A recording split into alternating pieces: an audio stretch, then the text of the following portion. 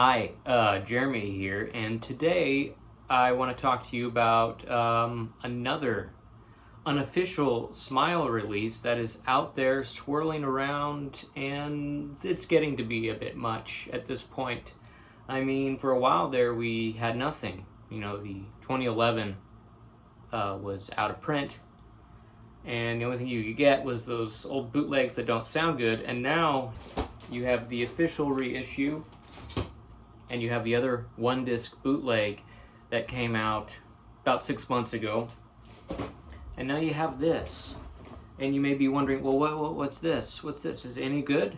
My thoughts exactly, which is why I ordered it as soon as I saw it. It first caught my eye because it didn't have the traditional black vinyl. It's this clear orange vinyl. Now I'm going to be honest with you. I'm not a big fan of colored vinyl. I know it's a big thing. I know it has been a big thing. And I know it's not a unique opinion to have a distaste for it. But it really does boggle the mind sometimes why people go out of their way to make these silly little... But here it is. It's what you've always wanted.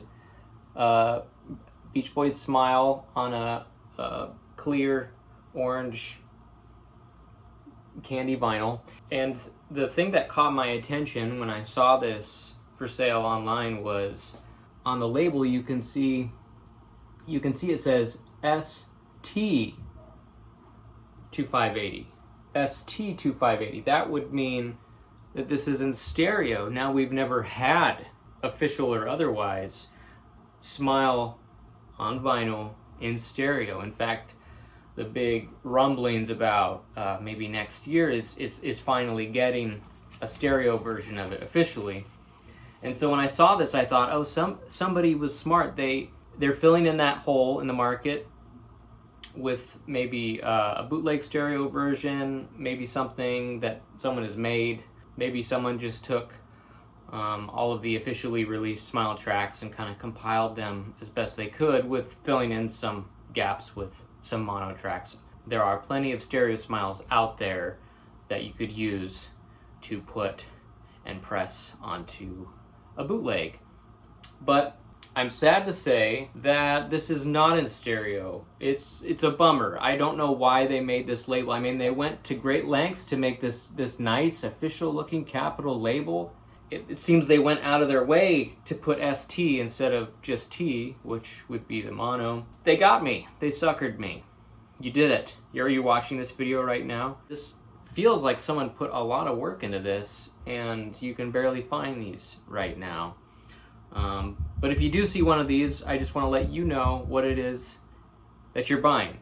And what you're getting is the same old mono SMiLE sessions tracks put on a disc again, although there's a different track listing here, and we could talk about that real quick. Some weird choices being made, I gotta say. So it starts out with Our Prayer, then it goes to Heroes and Villains, no G, just Our Prayer, and then into Heroes and Villains.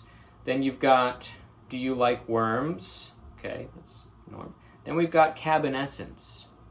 And so I go, okay, well, maybe they're going to take it a new, interesting way. You know, what I would love to hear is something different than the old Brian Wilson Presents SMiLE track listing. You know, put Surf's Up at the end. Everybody wants that. So did they do that? No, they didn't. Cabin Essence, then Wonderful, Child is the Father of the Man. That's the end of side one. You flip it over, then you got Look, and then Surf's Up, Vegetables, Wind Chimes, Fire. There's no Love to Say Da Da on here. It just goes from Fire to Good Vibrations, and we're out. Here somebody had the opportunity to do something different. Now, I like the idea. This is a very popular idea that's been floating around the past couple of years to essentially rethink the whole SMiLE stitching together all the little loose tracks and make a track listing that's more what would have come out in 1967. So it's not these tracks with all these transitions.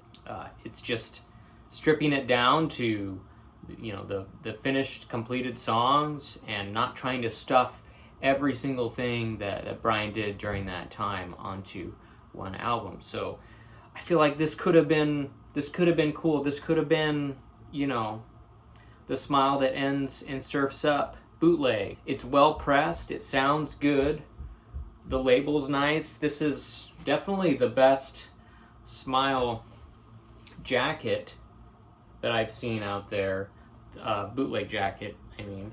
It feels really official. I'll show you the back. It's got this. It's nice. The colors are spot on.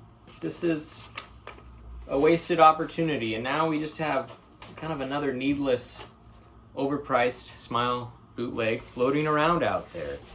I would still very much recommend just getting the officially released one if you can find a copy. They're still out there for about $40 to $50. If you just take 5 minutes to go on eBay, you can still find some. Now, how does it compare with the other unofficial SMiLE release that came out about 6 months ago? I would recommend this one, even though the cover isn't as nice and the back is definitely not as nice. This one is basically the SMiLE Sessions LP as you see it on disc 1 or whatever, but all smushed onto one disc. There is a little bit of rearranging there, but overall it sounds really nice and you get all the tracks.